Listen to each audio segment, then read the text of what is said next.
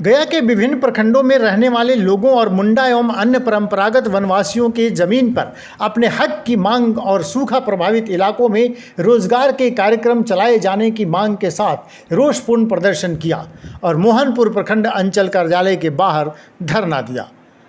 बता दें कि धरना के साथ जमीन पर हक के लिए रोस्टेड भरना, गरीब वर्गों के भूमि अधिकार, उनके कल्याण कार्यक्रमों और सूखा क्षेत्र में रोजगार के कार्यक्रम चलाने के मसले पर 1,500 से ज़्यादा लोग धरना पर जमा हुए।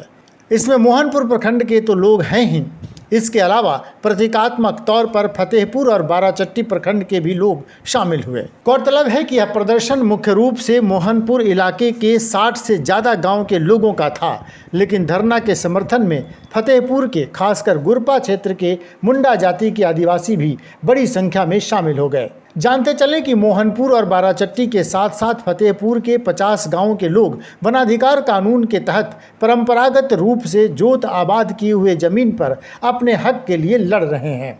प्रशासनिक स्तर पर गैर कानूनी तरीके से इनके अधिकार को नहीं देने की कोशिश के खिलाफ इन लोगों ने पटना हाईकोर्ट में अपने PIL पर मुकदमा जीता है। सन 2020 के अंतिम महीनों में इनके पक्ष में फैसला हुआ, जिसका निष्पादन सन 2021 के अप्रैल तक कर देना था, लेकिन प्रशासन इनके प्रति उदासीन है। इस मौके पर अतिथि वक्ता के रूप में समता सद्भाव दल के महासचिव चक्रवर्ती अशोक प्रियदर्शी ने कहा कि सरकार को वन अधिकार कानून को जमीनी स्तर पर लागू करना ही होगा। हम आवेदन कर रहे हैं, आपके पास आप निवेदन लगा रहे हैं, उस आवेदन पर कार्रवाई आपको करना है, लेकिन आपके जितने हमला बनाई है वो सारे के सारे भ्रष्टाचार में लिप्त है। ये हम स्पष्ट रूप से कहना चाहते हैं। आपके जितने इस दरबार में हमला बनाई है सारे भ्रष्टाचार के नदी में डूबे हुए हैं। इससे बचाइए, लोगों को सावधान कीजिए, नहीं तो जन अदालत जो है आपको जांच कर देगी, खून पेशाब पैखाना माता को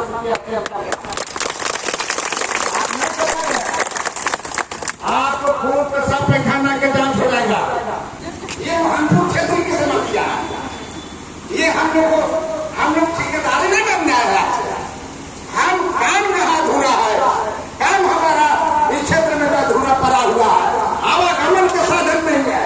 हम इस और आपको ध्यान आकृष्ट कराना चाहते हैं।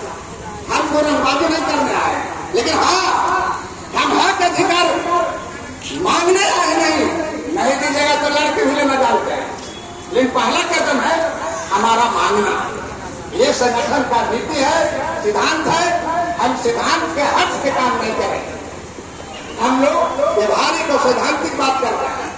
गौरतलब है कि हाईकोर्ट के निर्णय के बाद लोगों ने फिर से अपील किया है। यहाँ जानना जरूरी है कि जमीन के दलालों ने इस तरह की जमीन जिस पर लोगों को भूमि पुनर्वितरण के तहत पर्चा परवाना मिला है, उस पर भी गलत तरीके से कब्जा करने की कोशिश की गई है, जिसको लेकर लोगों में गुस्सा है और ऐसे मामलों को लेकर बड़ी संख्या में लोग धरना स्थल पर इकट्ठा हुए। बताते चले कि गया के मोहनपुर, फतेहपुर, गुरपा के इलाके में लगातार सूखा के कारण 3/4 खेतों में धान की रोपनी नहीं हो पाई है। इन इलाकों में लोगों ने राहत और रोजगार के कार्यक्रमों की मांग के समर्थन में रोषपूर्ण नारेबाजी की और क्षेत्र को अकालग्रस्त घोषित करने की मांग की। लोगों ने नाराजगी जताते हुए कहा कि सितंबर के मध्य तक सरकार यह आकलन कर लेती है कि वर्षा की स्थिति क्या है और सरकारी तरीके से अकाल या सूखा क्षेत्र की घोषणा करके संबंधित कार्यक्रम चलाया जाता है, लेकिन आज तक सरकार की ओर से कोई घोषणा नहीं हुई है। लोगों में इस बात को लेकर भी नाराजगी है कि सरकार के कल्याण कार्यक्रमों में भ्रष्टाचार तेजी से बढ़ रहा है। धरना स्थल पर मजदूर किसान समिति के अध्यक्ष कैलाश भारती की अध्यक्षता में दिन भर सभा चलती रही। इस सभा में बनारसी आलम, बाबूलाल अलबेला, रामस्वरूप मांझी, बाबूलाल व्यास, मानगढ़ मुंडा, परशुराम मांझी, पूजन सिंह भोक्ता, टीकम सिंह खैरवार, समर सिंह भोक्ता, रामस्वरूप मंडल, चंदा देवी, रिहाना खातून ने भी अपनी बात रखी। सभा स्थल पर अंचलाधिकारी और BDO को आमंत्रित करके उन्हें ज्ञापन सौंपा गया। खास बात रही कि धरना और प्रदर्शन में 1000 से ज़्यादा महिलाओं ने हिस्सा लिया। विमर्श न्यूज़ गया।